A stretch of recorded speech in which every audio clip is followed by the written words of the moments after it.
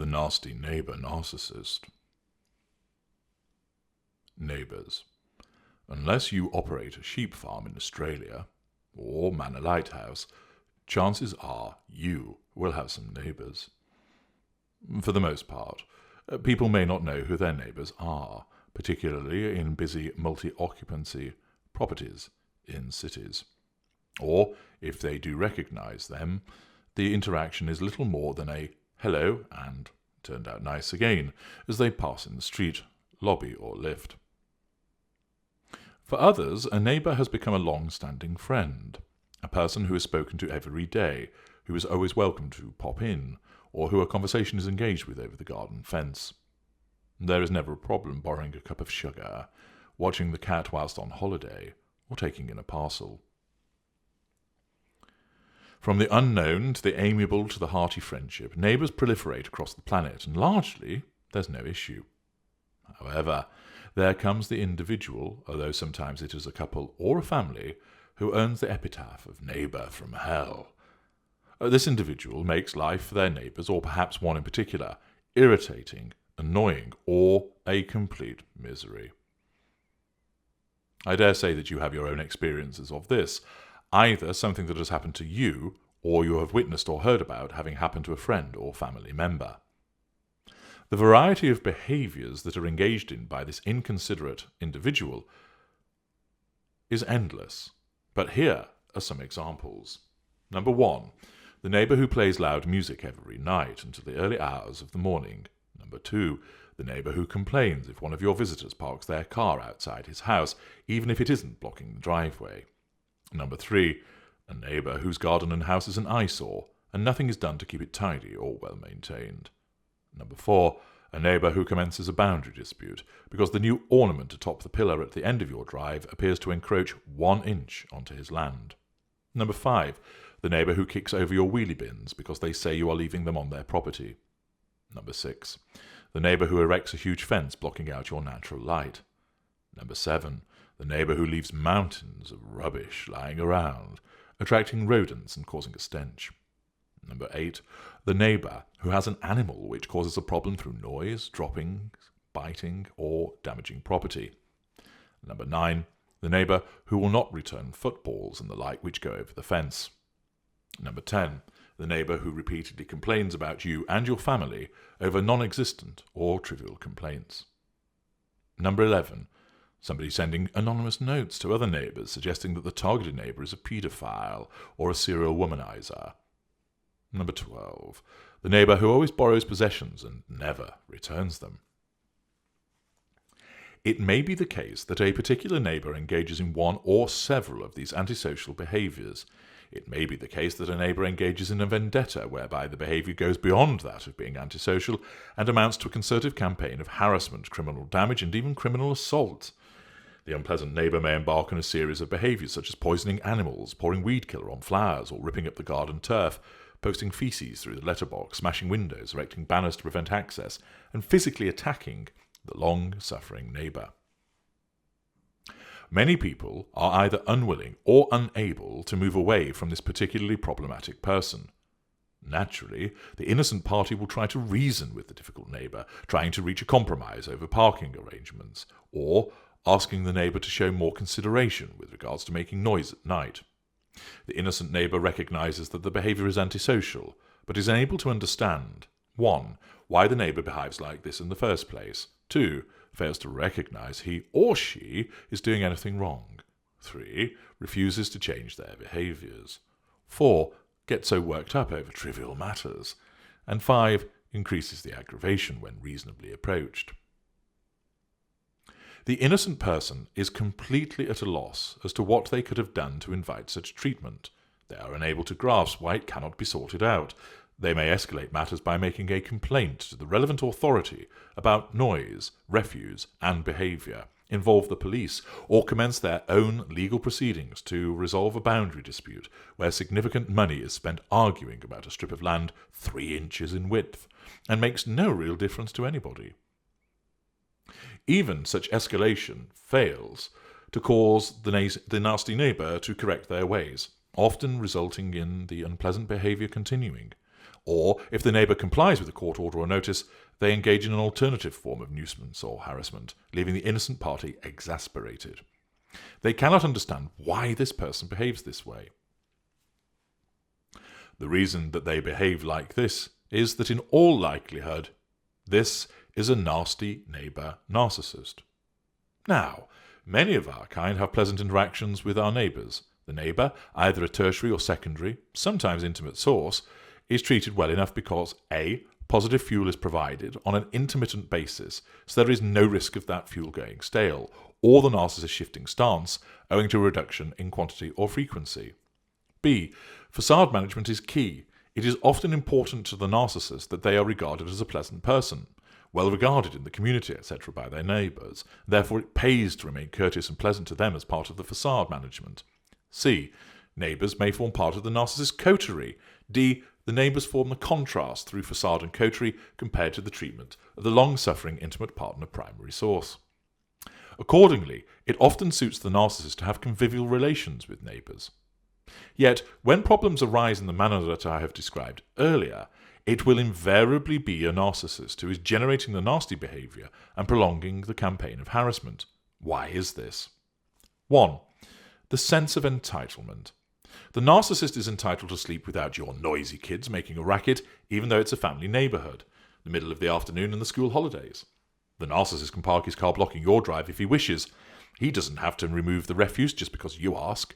If he wants to park a large van so it blocks your light, he can do that. Those footballs which keep landing in his garden belong to him now, and in fact, how dare your offspring invade his territory? Number 2, no boundary recognition. In some instances, this actually becomes literal when the narcissist builds an extension to the property encroaching on a boundary line. Having no recognition and respect for boundaries, the narcissist neighbour will remove anything of yours if he thinks it's in the way, tell you to change the colour of your front door if she doesn't approve with the shade that you've painted it, walk across your front lawn rather than around it, because it's easy to do that, and 100 other examples of boundary transgression. 3. No concept of accountability. This links in with the sense of entitlement. The narcissist does not have to do something just because you ask, nor do they have to act just because the local authority has said as such. 4. Victim mentality. Utilizing the narcissistic perspective and the toxic logic that prevails, each situation will be twisted around so that the innocent person is the one who will be regarded as the one who has caused the problem. The narcissist is the individual who's been put upon and badly treated. This, of course, is a response to the threat to control. 5. Black and white thinking. The neighbour may well have been painted white to begin with, and then inadvertently does something which results in them being painted as black. No matter what this person does, they are always then viewed through the lens of black. For instance, the narcissist may have been hosting a party, and the neighbour politely asks them to turn the music down as it is after midnight and they have young children. This, of course, is a threat to the narcissist's control, offends the sense of entitlement, and they are challenged by it. The narcissist sees it as a demand, an order, and plays the victim. All I was doing was celebrating my birthday, but they had to spoil it. There may be a furious response, so the music is turned up, and thereafter the neighbour remains painted black and becomes a scapegoat in the neighbourhood. Number 6.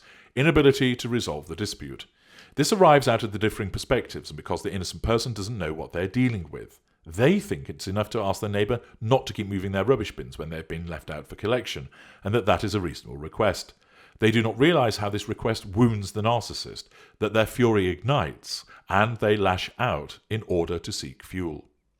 They do not realise that the narcissist has different aims to them, which means that resolving any issue, trivial as it seems to the innocent party, becomes impossible as the potential outcomes desired by each party are completely different. To understand more about this mentality, which extends to all manner of disputes with narcissists, see Why Are the Arguments with the Narcissist Never Resolved? 7. Why does the nasty neighbour insist, why does the nasty neighbour narcissist keep on going, seemingly hell-bent on revenge, over something minor, such as the innocent neighbour accidentally knocking over a garden gnome? This incessant attack by the narcissist neighbour leaves the innocent party bewildered and flabbergasted. Who on earth keeps going over such a minor matter? The answer, a narcissist. Why? One problem for a neighbour who's been found as painted black by a narcissist neighbour is that they're always going to be hoovered. This is because, first of all, there's the hoover trigger.